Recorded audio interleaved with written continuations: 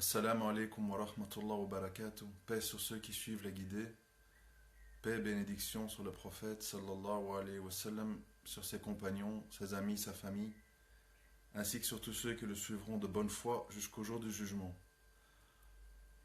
Je devais mettre un titre, alors j'ai mis l'athéisme mène à la frustration, mais le sujet que je veux évoquer aujourd'hui, il est plus vaste et plus complexe que ça.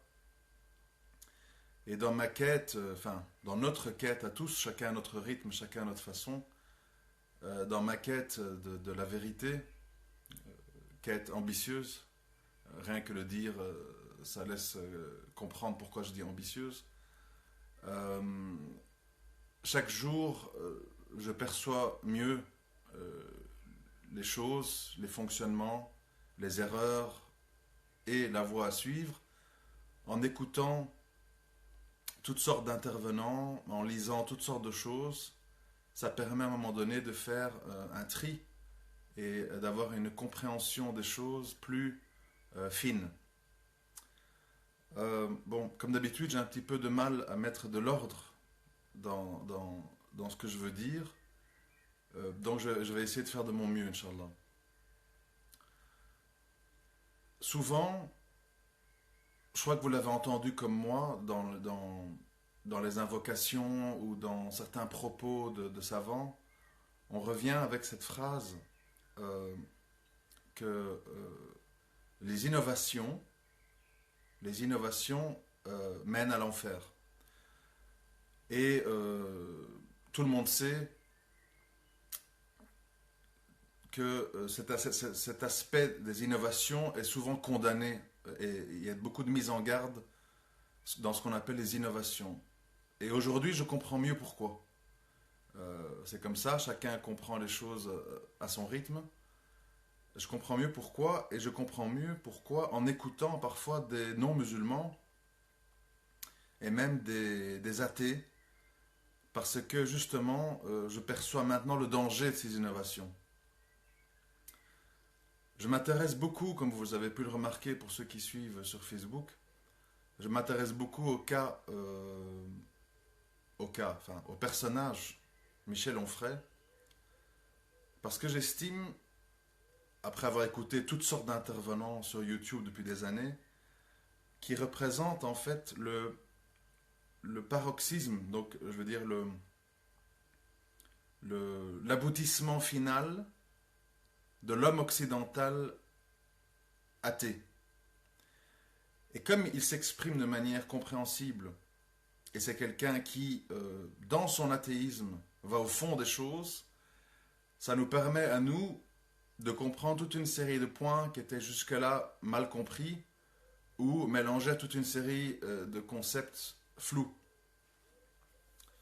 Dernièrement, il est dans un travail de déconstruction du christianisme en mettant en avant toutes les incohérences historiques et en montrant tous les liens avérés qu'il y a entre ce que les chrétiens ont fait du christianisme par rapport au monde de la franc-maçonnerie, du paganisme, etc. Et on se rend compte en l'écoutant, sur ce point-là en tout cas, qu'effectivement le christianisme d'aujourd'hui n'est en fait qu'une innovation mélangée à toute une série de croyances, théories, préceptes paganiques ou, on va dire, francs-maçons. Et la leçon qu'il y a à en tirer pour nous, c'est de se dire, si on base notre foi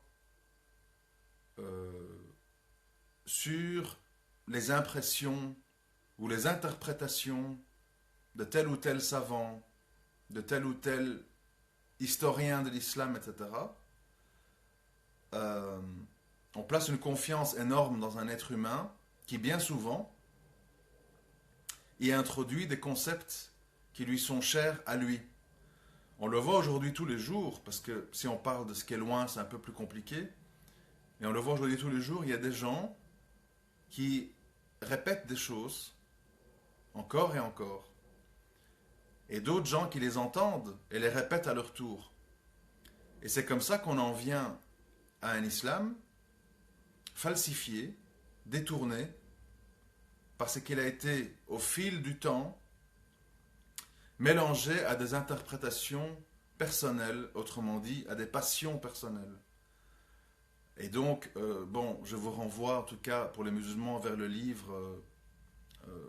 Pourquoi, je n'ai pas ça en tête, mais je pense que c'est comme ça. Pourquoi Jésus doit-il revenir aux éditions Nawa? Et il y a un autre livre sur le sujet qui explique ça très bien. En fait, et ça c'est par exemple Onfray qui l'explique, il dit à l'époque où il n'y avait pas d'écriture, d'imprimerie, et encore moins d'internet et de vidéos, la culture orale, la transmission orale des histoires faisait que l'être humain avait développé dans son cerveau la mémoire auditive. Et c'est comme ça que, on le sait aussi en islam, il y a des compagnons qui ont pu restituer des milliers de hadiths parce que cette partie-là du cerveau était irriguée par nécessité et on mémorisait beaucoup plus et de manière beaucoup plus juste ce qu'on entendait. Puisqu'il y a certains hadiths où on remonte à 20-30 personnes, ce qu'on appelle les chaînes de transmission. Et aujourd'hui, malheureusement, un peu à l'image d'un être humain qui ne fait pas de sport, notre cerveau est devenu fainéant, paresseux, et se base beaucoup sur les recherches internet et sur les j'ai entendu dire que. D'où j'ai envie de dire, d'où la mélasse dans laquelle on est. Où on ne sait plus très bien qu'est-ce qui est vrai, qu'est-ce qui est faux, et finalement on prend ce qui nous convient.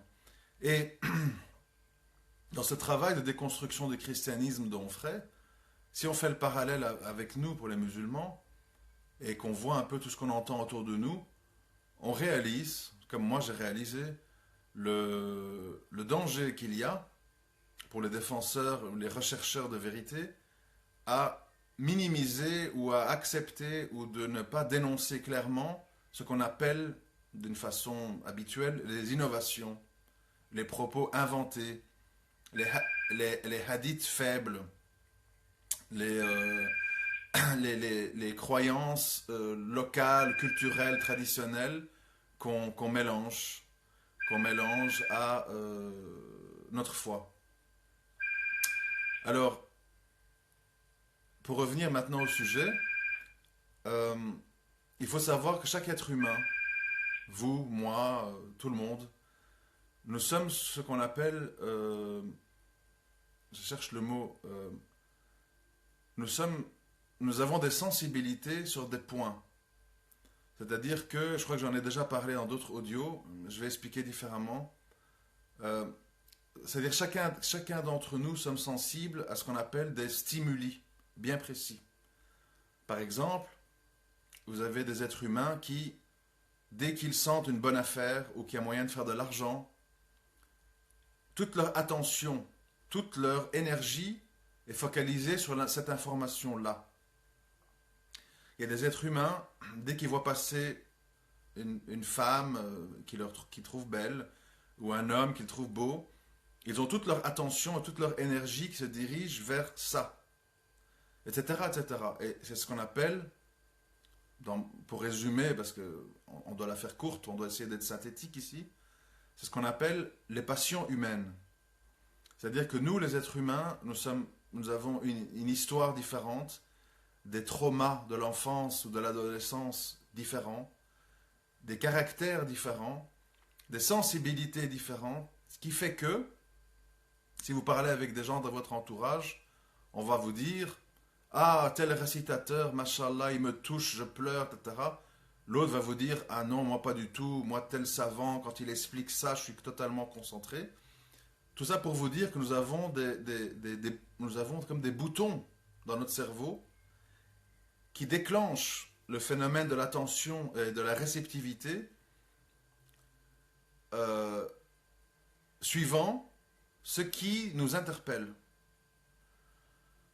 Et c'est comme ça que on en vient malheureusement à aujourd'hui officiellement un très grand nombre de musulmans dans le monde, mais des musulmans qui sont chacun dans un couloir, dans une croyance, dans une interprétation, dans une façon de vivre leur religion spécifique à leur, pour la faire courte, passion. Alors évidemment, la personne passionnée, elle est un petit peu comme ivre, elle est un petit peu comme envahie, remplie de sa passion. Elle n'est pas lucide, elle n'a pas conscience de sa condition. Je reviens à l'exemple de Onfray. Nous avons ici un philosophe français, issu d'une famille populaire, qui a été éduqué dans un christianisme de base, qui est devenu d'abord plus ou moins une espèce de communiste, et puis un libertaire, philosophe, etc., etc. C'est quelqu'un qui lit énormément. C'est quelqu'un qui est dans l'hyperactivité cérébrale. Il n'arrête pas de faire des conférences, d'écrire, de lire, d'intervenir. Et voilà pourquoi, aujourd'hui, dans le comment on appelle, dans le panorama français, il occupe une place très importante. Il est devenu le philosophe français.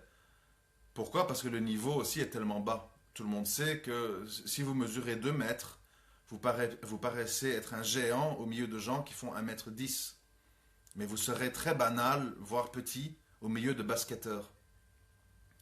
Donc, ce cas, moi, m'intéresse beaucoup pour une raison qui est la suivante, c'est que quand on analyse ce qu'il dit,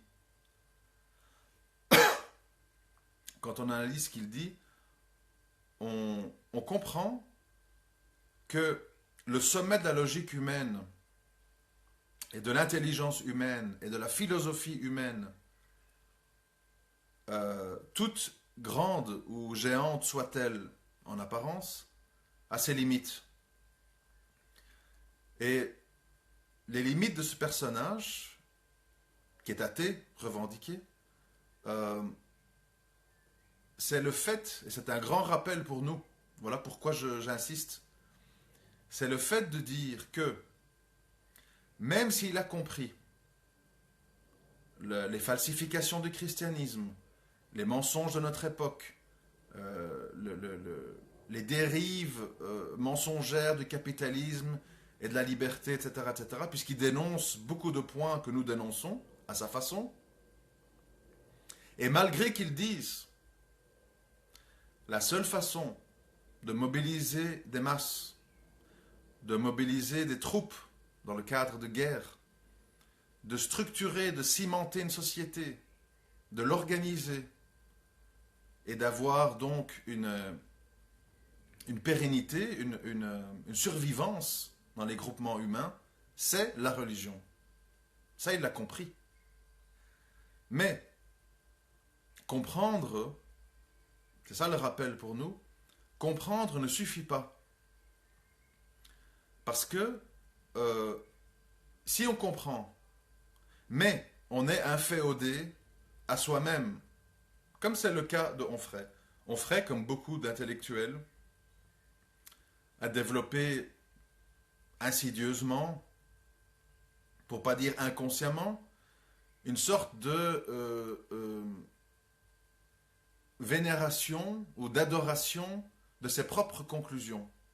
Et ça, c'est très dangereux pour nous, les croyants, les musulmans. C'est qu'à un moment donné, on n'est plus en recherche de la vérité, on n'est plus dans la dénonciation du faux et du mal parce que ça nous convient, et qu'on devient en fait le défenseur d'une certaine vision des choses qui nous convient.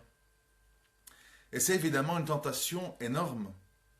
Voilà pourquoi Allah Azzawajal met en garde contre les gens qui falsifient, qui innovent, qui rajoutent des choses, qui enlèvent des choses. Pourquoi c'est dangereux? Parce qu'à partir du moment où on défend, comme les chrétiens, une religion qui est facilement démontable, qui est illogique, qui est remplie de contradictions, euh, on devient la cible des attaques des athées ou des illuminés qui vont mettre des doutes, à juste titre, mais pas pour dire aux gens revenons au christianisme originel, mais pour dire aux gens le christianisme est une supercherie, le christianisme est un mensonge, allons tous ensemble vers l'humanisme triomphant. Et il se passe exactement la même chose avec l'islam. On voit fleurir à gauche et à droite des intellectuels, entre guillemets, des contestataires, des rebelles, des critiques de la part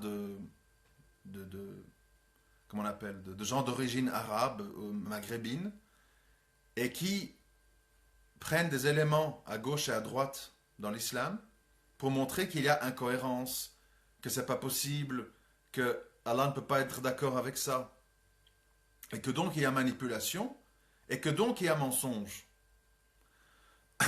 Mais ça, dénoncer ça, c'est un peu facile, c'est-à-dire ça consiste à désigner le bout de la branche, l'aboutissement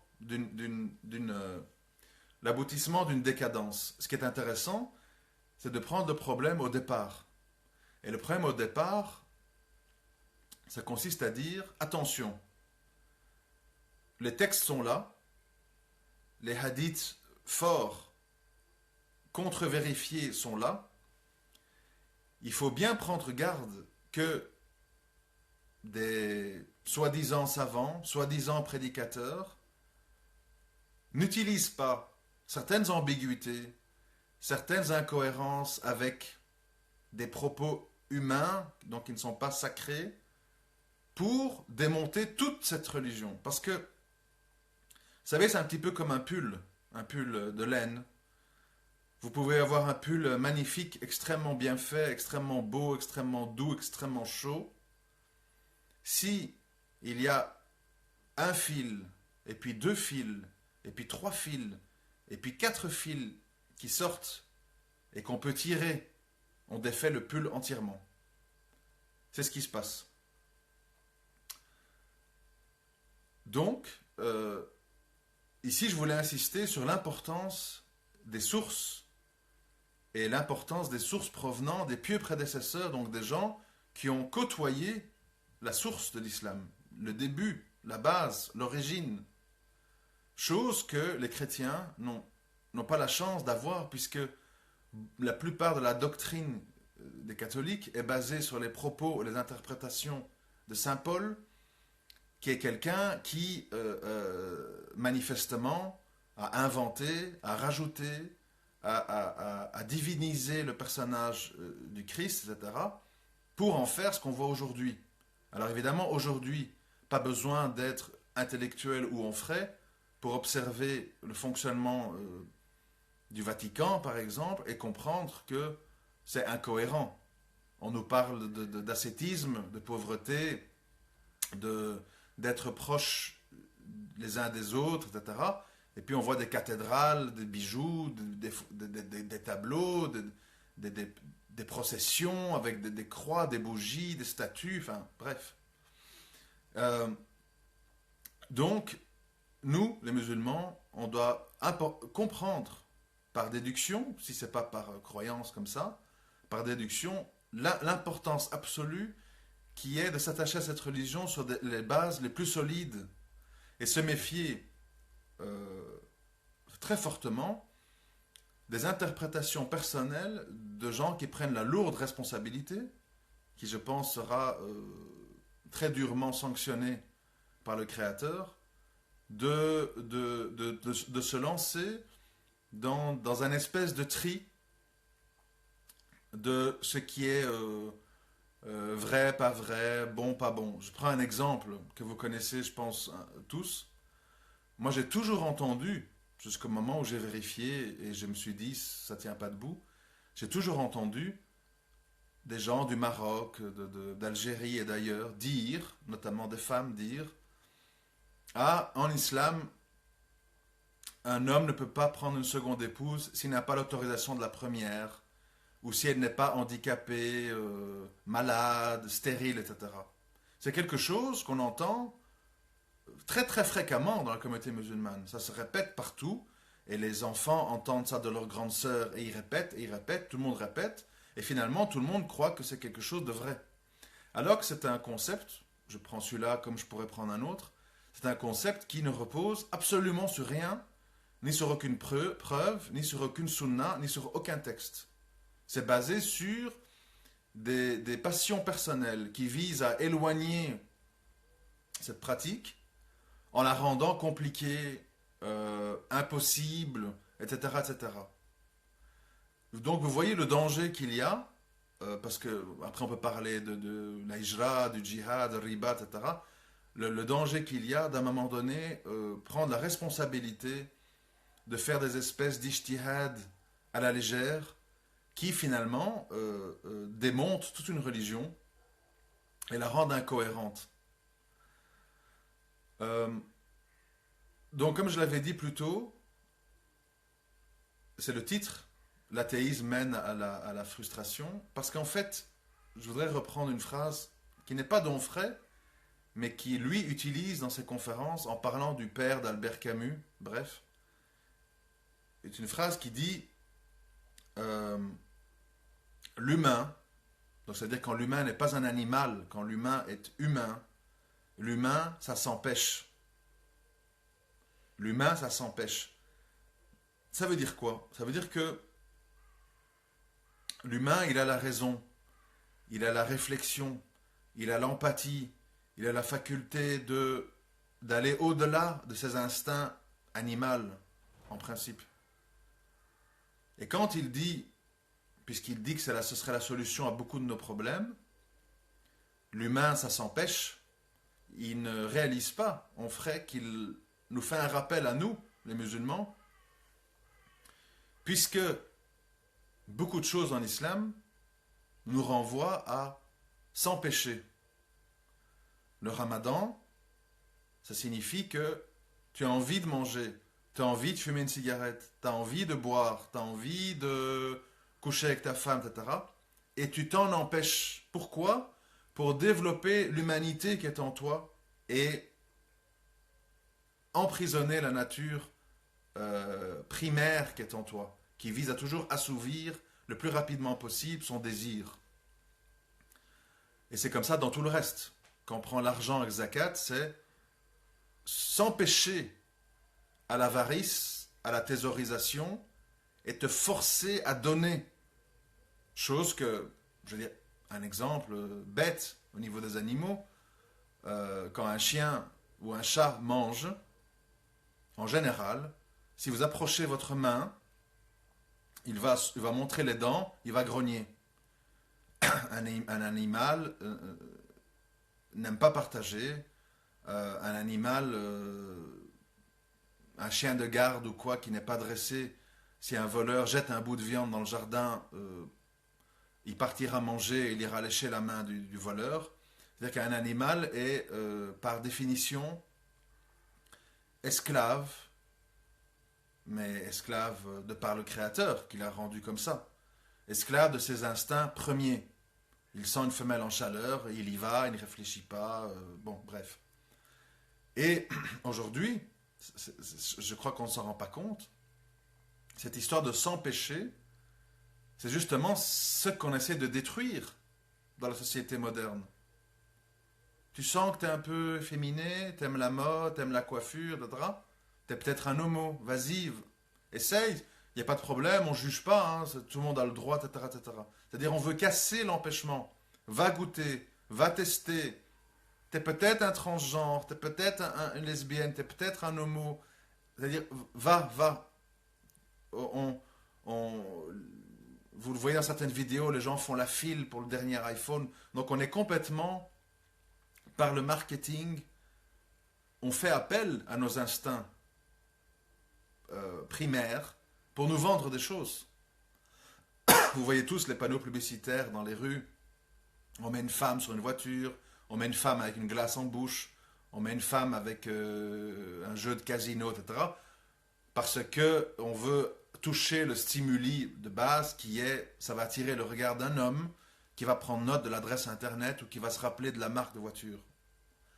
Et donc justement, c'est navrant que quelqu'un comme Onfray ne le comprend pas. Cette fameuse doctrine qui vise à dire un humain, ça s'empêche, on peut pas y arriver, on peut pas y arriver sans sacralité. C'est ça la grosse lacune de quelqu'un comme Onfray. C'est qu'il n'a pas compris, je sais pas pourquoi, mais bon, c'est Allah qui guide, comme on dit.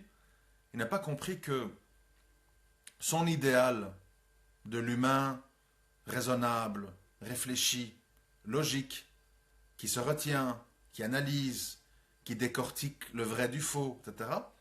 C'est un humain qui doit être croyant. C'est un humain qui doit obligatoirement être croyant.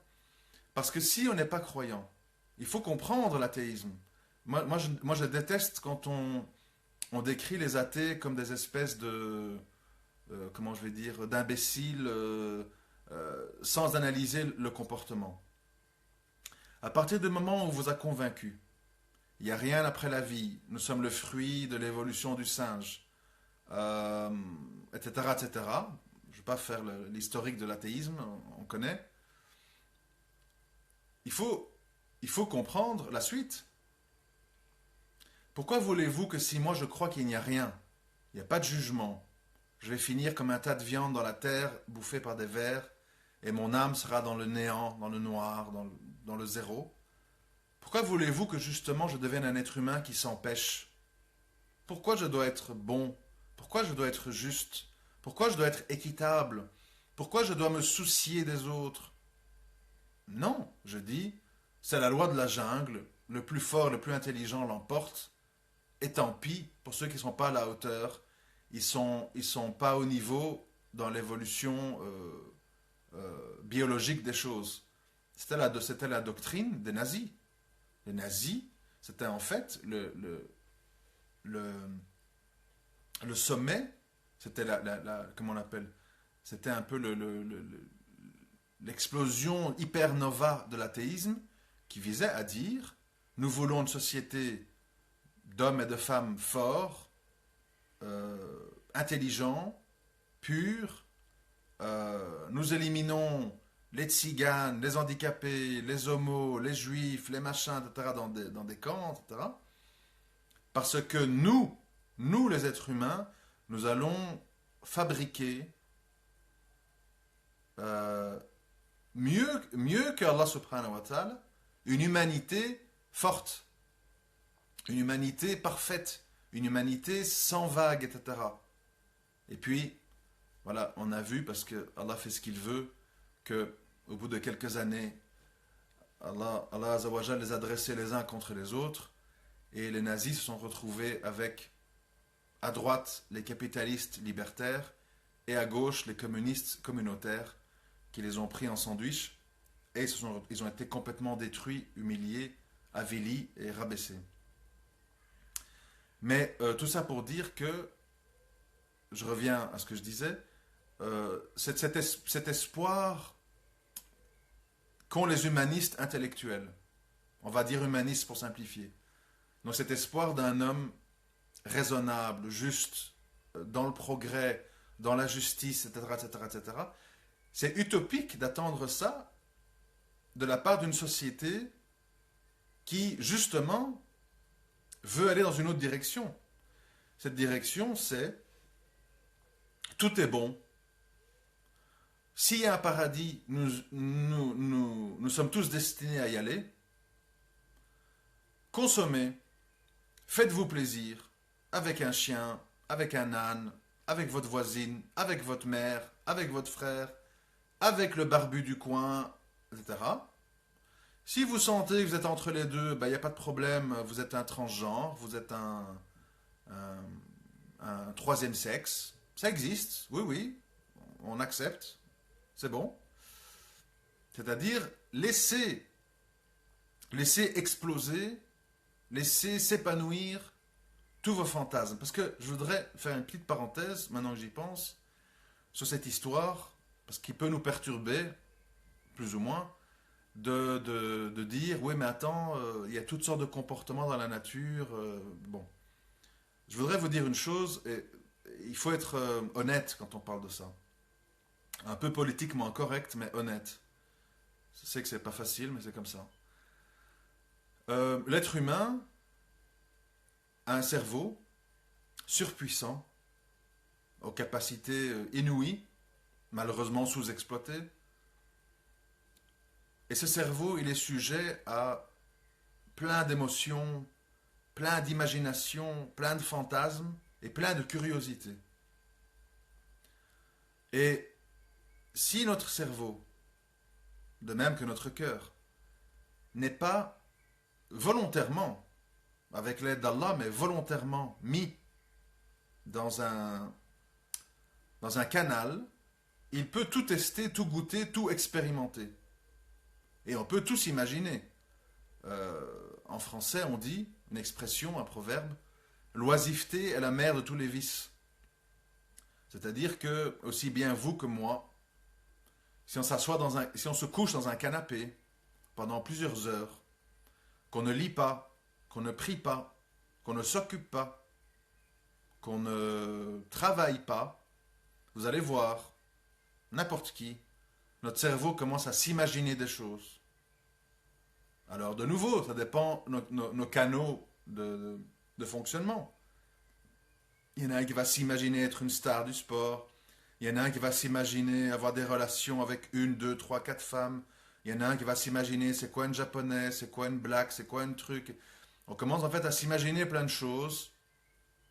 Et maintenant, dans la société de l'image dans laquelle on est, YouTube et compagnie, enfin YouTube, peut-être pas YouTube, mais je sais pas où ça, mais tout ce qu'on trouve sur Internet, on a accès à toutes sortes de choses où on dit ah bon, ça existe, ah bon, c'est possible.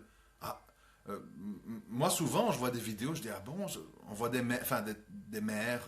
J'ai vu récemment une vidéo, on voit une maman ou une nounou, je sais plus, qui il y a un bébé qui pleure un peu, il a faim, elle le frappe, elle lui donne des gifles, elle le jette dans son berceau. Et je me suis dit subhanallah, ça existe. Je, je peux comprendre qu'on crie, ou qu'on est fâché, ou qu'on change de pièce, mais je ne savais pas que dans la nature féminine, il y avait cette violence qui était possible vis-à-vis d'un bébé. Donc je veux dire, il y a mille et un sujets d'étonnement. Et ce qu'on réalise peut-être pas, je m'excuse de la faire longue, mais bon, voilà, je fais comme je peux. Ce qu'on réalise peut-être pas, c'est que ce que nos yeux voient et ce que nos oreilles entendent, ça rentre dans notre inconscient. Ça rentre dans notre inconscient. Et d'où le danger de visualiser des choses à la légère et de penser je regarde, ça ne prête pas à confusion, ou j'écoute, ça ne prête pas à confusion. C'est stocké dans notre base de données, dans notre cerveau, dans notre inconscient, dans notre mémoire, ça se met quelque part. Et je suis convaincu, bon, alhamdoulilah, j'ai aucun mérite, c'est pas mon genre, vous le savez, à jeter des fleurs, parce que bon, bref, chacun ses défauts, j'en ai d'autres, mais alhamdoulilah, moi j'ai toujours été très très réfractaire, même avant l'islam, à tout ce qui était homosexualité. Il y a une sorte de répulsion physique chez moi, qui fait que je ne peux même pas visualiser, bref. Mais je suis convaincu que si vous, moi, n'importe qui, on regarde La Cage aux Folles 1, La Cage aux Folles 2, La Cage aux Folles 3, on écoute une interview de Jean-Paul Gaultier, de George Michael, de Elton John, on a 2-3 collègues au boulot qui sont homosexuels, etc., etc., etc., notre cerveau va réinterpréter la chose. Et il va tellement le réinterpréter que quand on va entendre le récit dans la Bible ou dans le Coran de Sodome et Gomorrhe, on va dire c'est quoi ce Dieu injuste? Ouais, mais quand même, c'est dur, ils tuaient personne ces gens, ils faisaient que s'aimer entre hommes. C'est-à-dire qu'on va développer, c'est ça le piège, on va développer une répulsion pour la vérité. C'est-à-dire en emmagasinant et en se familiarisant avec le faux, ça ne va plus nous choquer. Et ce qui va nous choquer, c'est la vérité. Et ça, on le voit tous les jours aujourd'hui. Tous les jours, dans plein de sujets. Aujourd'hui, qui est encore choqué? Enfin, qu'est-ce qui choque les gens? Qu'est-ce qui choque les gens? Les 2 bombes atomiques sur Hiroshima et Nagasaki? Le million de Vietnamiens liquidés et brûlés au napalm? Les milliers de morts tous les ans sur les routes de France à cause de l'alcool? Ou les bébés phoques qu'on tue à coups de bâton, les baleines qu'on harponne, ou les journalistes égorgés par les fous furieux de Daesh? Les gens ne sont pas du tout rationnels. Les gens ne sont pas du tout rationnels. Les gens, une fois qu'ils sont habitués, on a tellement vu de bombes atomiques, le champignon, on trouve même ça joli. Ah, c'est orange, c'est un spectacle, c'est presque de l'art. Hein? Par contre, je parle même pas de ce qu'on ne voit pas, qu'on ne nous montre pas.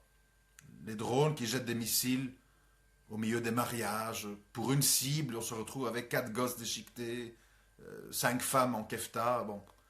Personne n'en parle, personne fait des minutes de silence, personne fait des manifestations, personne fait des pages Facebook, dressons-nous contre les drones ou que sais-je. Personne ne bouge, ça choque personne. Donc, on revient à ce que j'essaie de vous expliquer. On est dans une société de l'image, et l'image dicte. L'image, en fait, devient une sorte d'éducateur. L'image nous dit, ça c'est des méchants aussi, mais tu dois les accepter. C'est-à-dire, lui, quand on te demande de haïr, il a fait ça.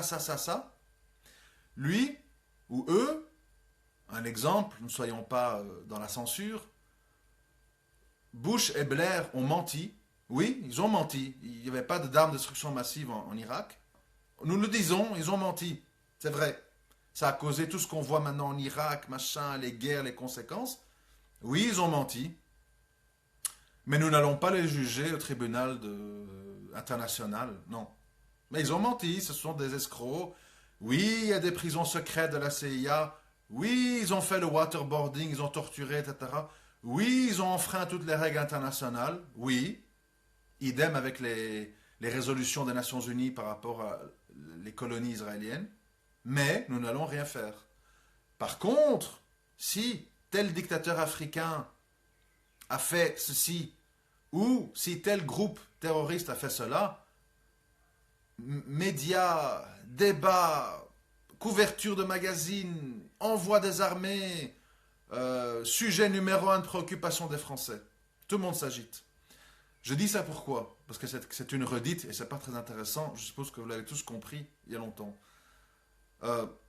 Tout ça pour dire que le croyant, comme l'a fait Onfray en tant qu'athée, doit toujours être dans une décortication de ce qui se passe autour de lui. Il doit être l'inverse d'un mouton qui répète ce qu'il entend à la mosquée, qui répète ce qu'il a entendu sur Al Jazeera, qui répète ce qu'il a entendu dire de tel Y savant d'Arabie ou de fonctionnaires d'Al-Sisi et compagnie. Il doit toujours se dire mes sources. Est-ce que ça colle à mes sources? Est-ce que cette décision, cette loi, ces paroles sont en conformité avec les sources de l'islam? Parce que si vous ne faites pas ça, il y a ce qu'on voit aujourd'hui. Vous avez telle secte qui s'habille en arlequin, qui danse avec des cadres de Mohamed VI. Vous avez tel autre qui croit que machin. Enfin, chacun est là dans son cirque. Et on se retrouve devant tout un carnaval où les gens, et le danger de ça, c'est quoi? C'est qu'à un moment donné, le chercheur de vérité, la chercheuse de vérité, quand elle voit trop de pistes autour d'elle, autour de lui, il ne s'y retrouve plus. Il ne sait plus. Bon, lui, on me dit que c'est un égaré, innovateur, mais ils sont vraiment gentils. Ils m'ont reçu dans leur centre, ils m'ont donné des livres, ils m'ont conseillé. Quand je dois faire un déménagement, ils viennent m'aider, etc. Bon, tel autre, on me dit qu'ils sont bien, mais oulala, ils ont l'air méchants. Ils n'arrêtent pas de me juger, de me rabaisser. Bon, il y a une confusion. Il y a une confusion. Et le problème, pour faire face à cette confusion, pour ne pas s'égarer, il n'y a pas 36 000 solutions. C'est qu'à un moment donné, il faut prendre son courage à deux mains et dire, Allah subhanahu wa ta'ala m'a donné deux mains, deux yeux, deux oreilles, un cerveau. Si un autre être humain est capable de faire l'effort pour apprendre ceci, cela ou cela, cela, moi aussi. Mais le problème, c'est qu'on est dans une société, bon, pour la plupart d'entre nous, dans une société, nous sommes dans une éducation occidentale, c'est-à-dire une éducation basée sur l'assistanat, le compagnonnage, la victimisation. Alors on est là, en fait, vous le voyez tous les jours, plutôt que de se dire, bon, on est au fond du trou, on ne sait plus où se tourner, on voit les traîtres Saoud, on voit le tyran Sisi, on voit le barbare Bachar, on voit les innovateurs iraniens, machin. Plutôt que de se dire, bon, moi je ne tiens pas à risquer mon paradis. On joue gros, on joue l'éternité. Moi je dois absolument faire l'effort de connaître ma religion. Et de parfois me faire la guerre à moi-même quand un aspect de la religion me rebute, me dérange parce que je n'aime pas me lever tôt le matin pour le fajr, je n'ai pas envie de m'arrêter de prier, de fumer, pardon. Je sais pas, je suis homosexuel, voilà. C'est-à-dire, à un moment donné, si on n'est pas prêt à détruire des choses que Allah n'aime pas, mais que nous aimons, on ne peut pas avancer. On peut pas, on va ou s'écarter de la religion en disant c'est pas pour moi, il y a trop de choses, moi je peux pas, j'aime le vin, j'aime le porc, j'aime les femmes, laisse tomber. Ou bien de dire bon, comme ce qui arrive souvent, ce que je vais dire maintenant, ou bien de dire ouais, oui, mais moi je suis musulman, je suis musulmane. Et quand vous écoutez la personne parler de son islam, de sa compréhension d'islam, vous vous rendez compte en fait que vous n'êtes pas devant un musulman ou une musulmane, mais devant un ou une humaniste qui s'ignore. Nous avons énormément de musulmans qui pensent être musulmans, mais ce sont des humanistes. Il ne faut pas juger, tolérance, on doit tous être dans le vivre ensemble, il ne faut pas machin. Bon, vous comprenez? Et tout ça est rendu possible, pourquoi? Mais bon, il y a les autres, parce qu'on va dire, je parle que des laxistes, il y a les autres. L'islam, c'est la guerre, et la paix à l'ombre des sabres, et truc, il ne faut pas qu'il y ait un seul koufar sur terre, il faut faire le ménage. Bon, voilà, je le dis pour être complet.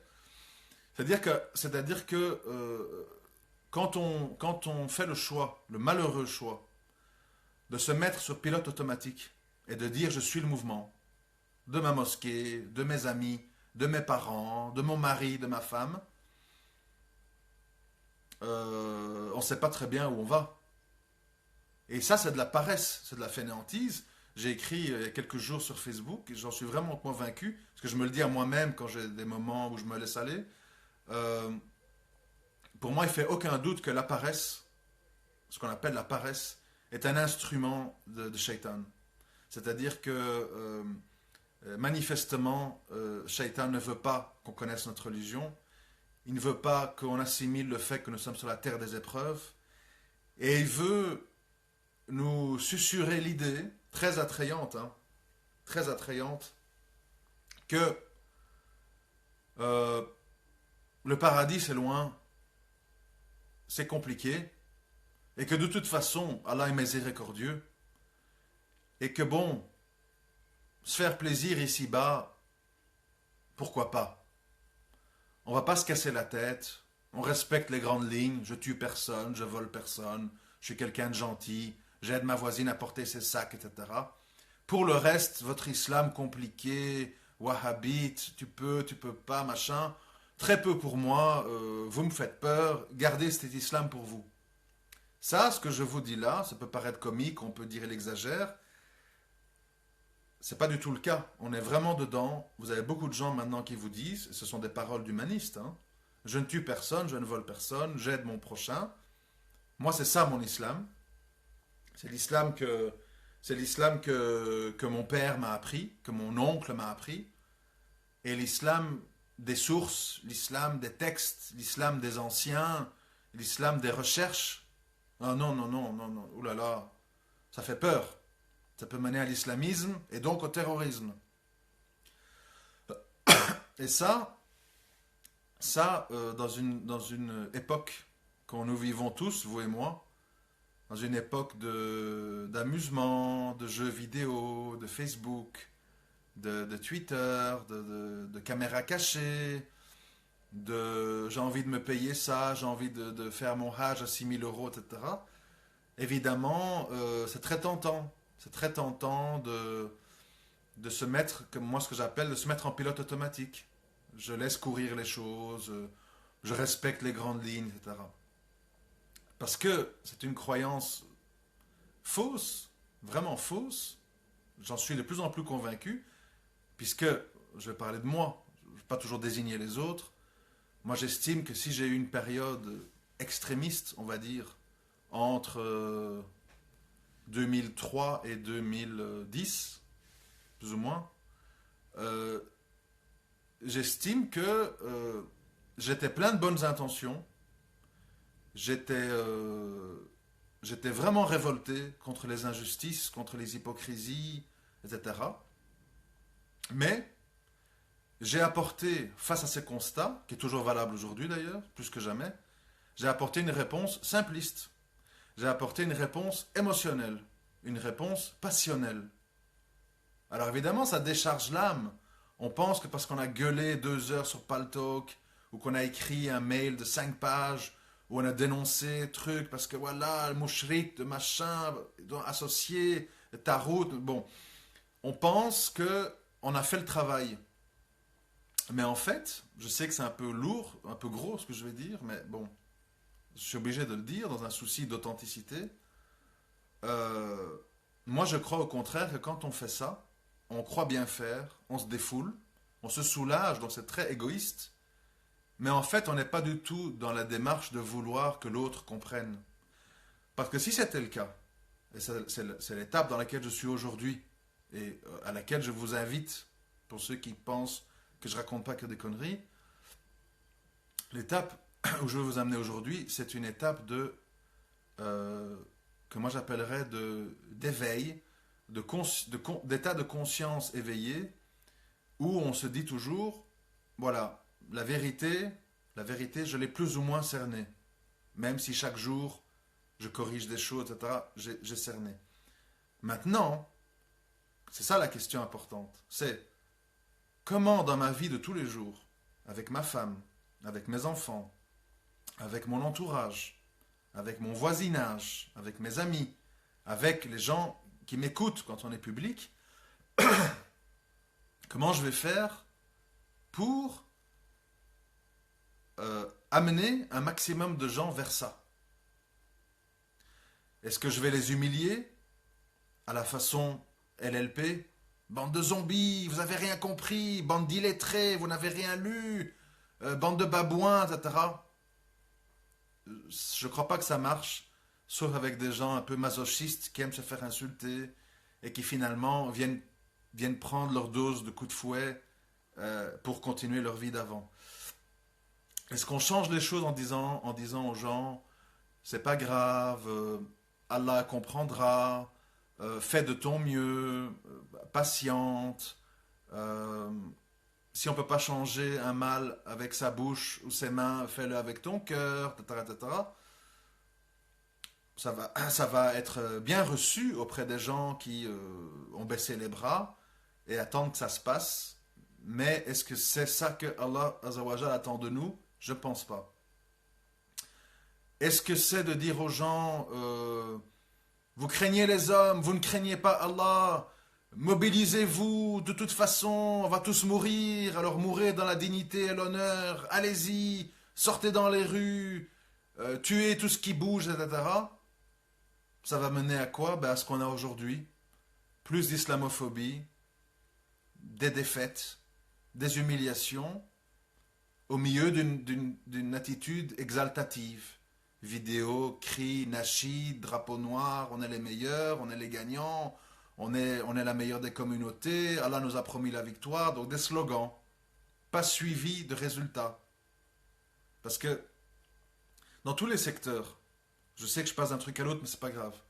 Dans tous les secteurs, mariage, guerre, économie, argent, placement, business, tout. L'important, finalement, dans toute cette histoire, c'est quoi? C'est le résultat. C'est le résultat, c'est-à-dire se dire quelle va être la meilleure méthodologie, la meilleure façon de présenter les choses pour arriver à mon but. Pour un vendeur de vendre, pour un acheteur d'acheter au meilleur prix, etc. Comment je vais arriver à mon but? Et pour avoir la réponse, il faut observer le monde dans lequel on vit, analyser la façon dont les gens réagissent et bien connaître ses sources de façon aussi à ne pas égarer les gens. Parce que ce qu'on reproche souvent aux chrétiens, puisque Allah Azzawajal les nomme les égarés dans la sourate Al-Fatiha, les égarés, ça veut dire quoi? Oui, c'est des gens, ils partent en Afrique soigner les lépreux, la Croix-Rouge, machin, ils font des choses incroyables pour leur foi. C'est un bon rappel pour nous d'ailleurs. Ils s'investissent en général, sauf exception, beaucoup plus que nous. Mais le problème, c'est qu'ils pensent que leur investissement, leur sacrifice est plus important que leur croyance. C'est-à-dire que je m'octroie le droit d'associer à Allah, d'innover, de rajouter plein de concepts faux, mais qui seront excusés et validés par mes actions. Or, nous savons en islam que on dit les actions ne valent que par leurs intentions, et on ne peut pas avoir une bonne intention sans une foi sincère. Et voilà. Donc, pour revenir à ce que je disais juste avant, le souci du résultat.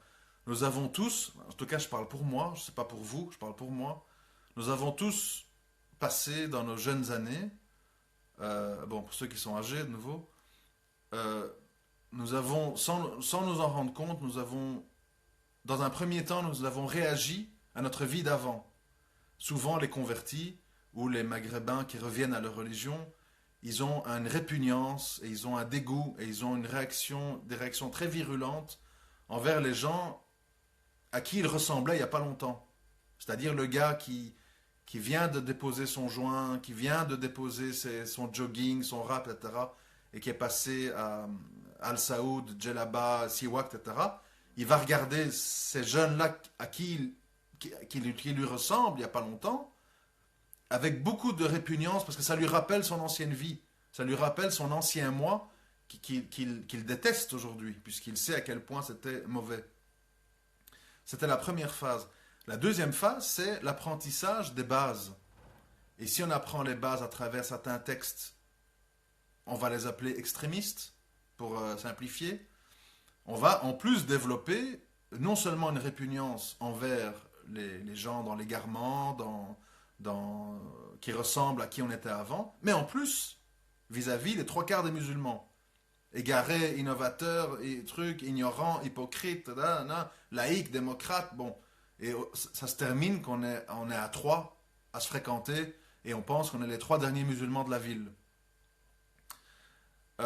Et puis au final, bon, les trois commencent à se disputer entre eux. Oui, mais bon, si on brûle le feu rouge, on s'est soumis au feu rouge du Tarout ou il fallait respecter parce que truc, oui, non. Et, oh, mais au football, si on me fait une faute, est-ce que je peux appliquer la loi du talion, faire la même faute sur l'autre si je ne le fais pas? Bon, on rentre dans des discussions de comptoir où les gens s'entre-déchirent et s'accusent, se font le takfir les uns sur les autres, etc. Bon. Donc c'est très destructeur, et tout ce qui est destructeur vient de Shaitan. Donc à un moment donné, la voie à suivre pour les gens du juste milieu et de la sagesse, c'est de dire, il y a un objectif que nous avons pour nous-mêmes et pour ceux qu'on aime et pour toute l'humanité. On sait que tout le monde n'ira pas au paradis, on le sait bien, mais on doit avoir, je pense, en tant que musulman, on doit avoir cette intention, ce désir sincère que sa mère qui fait du shirk, telle personne ou telle personne, d'essayer de l'amener à changer pour aller au paradis. Et quand on veut ça, et quand on veut ça pour soi-même, à un moment donné, il faut se dire, euh, quelle est la meilleure façon? Et quelle est la meilleure façon, pas suivant mon diagnostic personnel, mais quelle est la meilleure façon qui sera agréée par Allah? C'est-à-dire où Allah va dire oui, c'est comme ça qu'il faut faire. Pas que moi j'ai dit, moi je pense que c'est comme ça qu'il faut faire. Ça c'est autre chose. Et cette meilleure façon, comme je l'ai dit tout à l'heure, elle ne peut pas être autre chose que le respect des sources, de toutes les sources, pas de certaines sources, de toutes les sources, même celles qui ne nous plaisent pas. Comme le pacte de Hudaybiyah, quand le prophète sallam a accepté de signer sans écrire messager d'Allah et que ses compagnons ont voulu dégainer le sabre pour tuer les autres. Qu'il a dit non, rangez vos sabres. Donc toutes les sources, même celles qui imposent patience, même celles qui imposent une humiliation temporaire pour un honneur par après, même celles qui imposent une retraite Abyssinie, Médine, avant la victoire, retour à la Mecque. Donc toutes les sources, même celles qui déplaisent à nos âmes en fonction de leur penchant. Ça, c'est la première chose. La deuxième chose, c'est la compréhension, je l'ai déjà dit, je répète, la compréhension de la société dans laquelle on vit et de savoir qu'est-ce qui va être un barrage, un empêchement de communiquer. Je prends un exemple qui évidemment est à discuter, est à tout ce qu'on veut, mais qui, voilà, qui vaut ce qu'il vaut. Si on prend l'histoire de la barbe, il est clair selon moi, selon ma compréhension des choses, que la vocation dans la création d'Allah, la vocation de la barbe est de différencier, comme on le voit chez les lions, de différencier le genre masculin du genre féminin.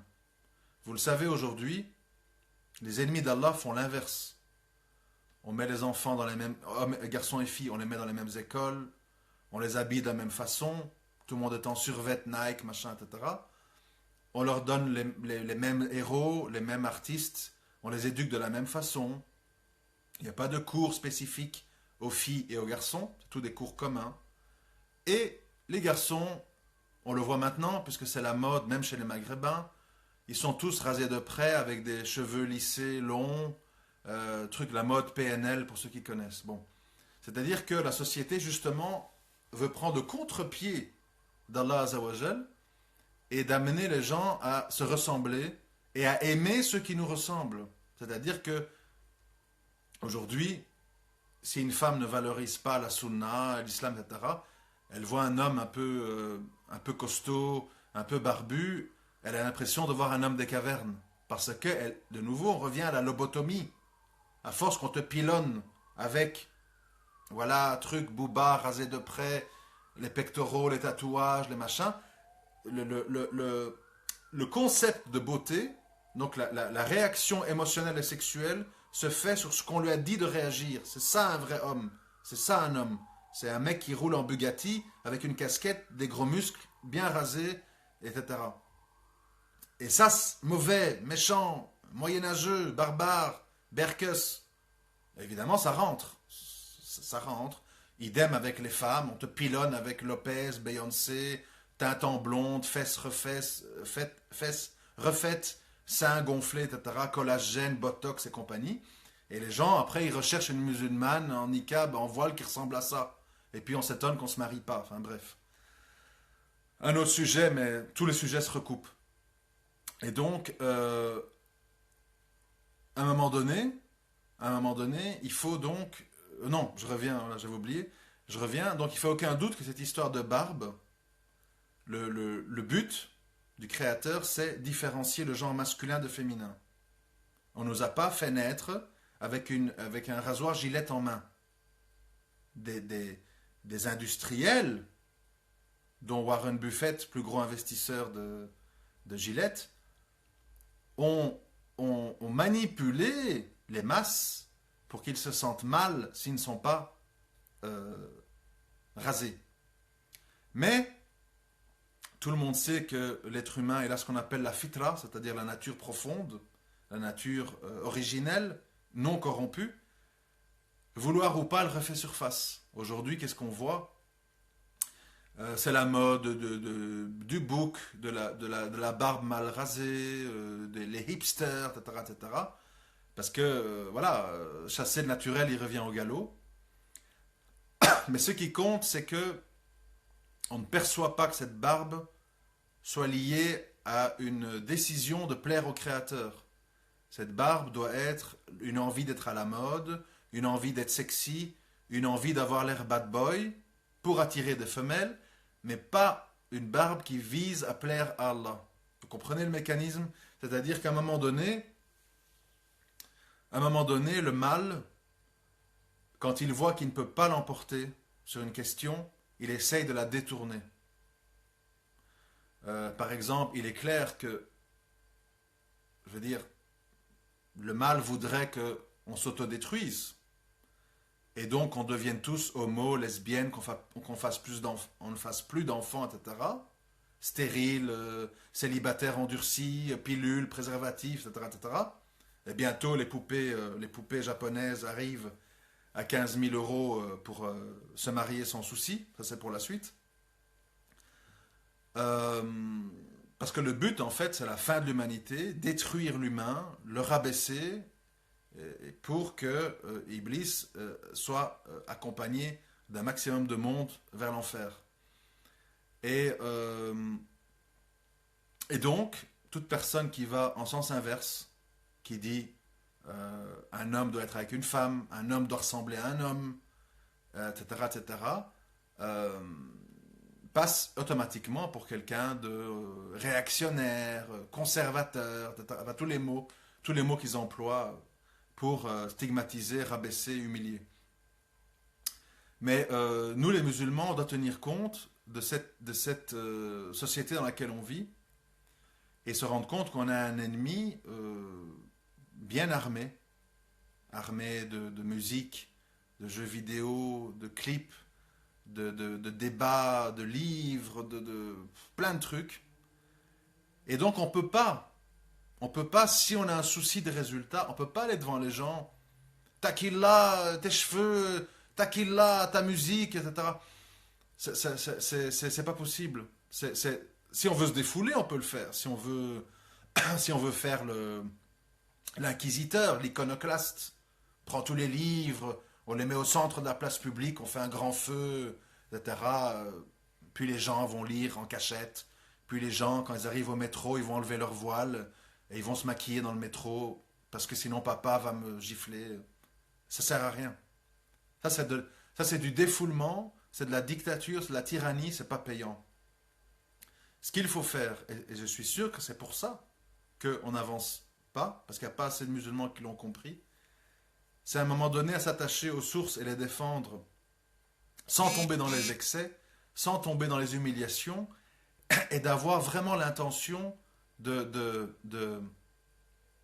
vouloir sauver l'autre, parce qu'on l'aime, fils abilillah, et de vraiment souffrir en soi-même quand on le voit qu'il innove, quand on voit qu'il désobéit, quand on voit qu'il s'égare. Je veux dire, si je reprends l'exemple de tout à l'heure, quand on a une sœur qui dit moi, ma mère, elle m'a toujours dit que pour avoir une seconde épouse, il faut que la première soit stérile, malade ou veuve, et il faut qu'elle donne son consentement. Nanana, bon. Comment il faut réagir à ça? Ah, espèce d'ignorante, va lire la sunna, ça n'existe pas, là, bon. Ça, on peut dire entre nous, entre gens un peu initiés, mais est-ce que ça va être, reçu? Je pense pas. Il faut faire l'effort de dire, de venir avec un discours construit. Un discours construit, c'est quoi? C'est à un moment donné de dire, Je prends mon cas. Parce que voilà, je ne peux pas parler de ceux que je ne connais pas, je connais que moi. De dire, écoute, en islam, il y a les sources, il y a la vérité qui est sacrée, qui est intouchable, et il y a ce qu'on en fait, ou ce qu'on peut en faire. L'islam est une religion communautaire, une religion de groupe, une religion qui vise à la préservation de ce qu'on appelle la Ummah. Dans cette religion, il n'y a pas de place pour l'individualisme, les caprices, les égos surdimensionnés. Il n'y a de la place que pour la justice.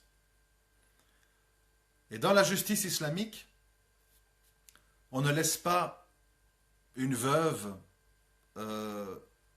ou toute femme qui désire être mariée en deuxième, troisième, quatrième épouse sur le carreau parce que une femme a le droit de dormir avec un homme, une femme a le droit d'avoir des enfants, une femme a le droit pour toute une série de raisons qui lui appartiennent, de ne pas vivre sa vie seule parce qu'elle est trop grosse, parce qu'elle est trop vieille, parce qu'elle est trop noire, parce qu'elle est trop ceci, parce qu'elle a déjà été mariée 2 fois ou que sais-je. Ça, c'est l'islam.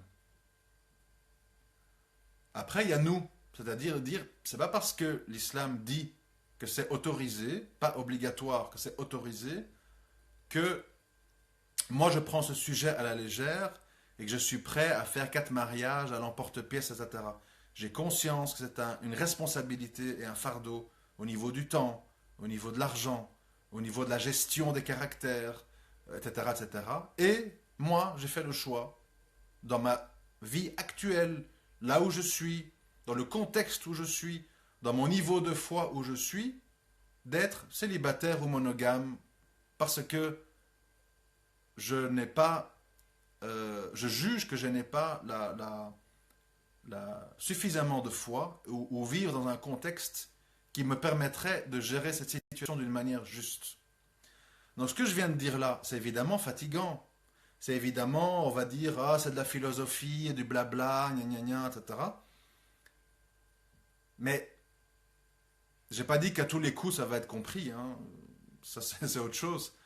Mais en tout cas, c'est quand même un effort qui est un peu plus valorisant auprès d'Allah que de commencer à dire ma sœur craint Allah, va lire la sunnah, tu ne connais rien, espèce d'ignorante, avec tes parents mouchriques qui font du shirk, etc. La bonne femme, elle est attachée à ses parents, elle croit que c'est la vérité, elle vous voit comme un fou furieux avec une barbe d'1 mètre, elle dit je suis devant un malade mental, et elle n'écoute pas. Donc, c'est pour ça que je vous dis, les athées, je reviens à ça en conclusion, les athées comme Michel Onfray, ne sont en fait là, pour nous les musulmans, pour les croyants, ne sont là qu'avec... il y a un seul sens à leur existence pour nous. C'est nous montrer, à travers leurs propos, leur façon de réfléchir, qu'est-ce qu'il ne faut pas faire. Qu'est-ce qui mène des gens à être égarés. Vous savez, je l'ai déjà dit dans une vidéo à l'époque, je le redis souvent. J'ai écouté un jour lors d'un débat le représentant des athées de Belgique. Je ne sais plus son nom, hein, pas important.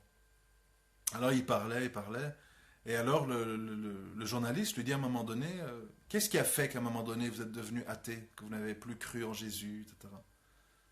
Il a dit, ben écoutez, ce qui s'est passé, c'est qu'un jour, on m'a dit, tout d'un coup, après m'avoir menti pendant 10, 11 ans, on m'a dit, le Père Noël n'existe pas. C'était pas vrai. En fait, nous achetions les cadeaux, et c'est une histoire d'enfant, maintenant on te le dit parce que tu es grand. Il dit, ça m'a fait un tel choc qu'on m'avait menti sur le Père Noël, que j'aimais, j'écrivais des lettres au Père Noël, j'attendais la nuit, la cheminée, qui vienne déposer les cadeaux, etc.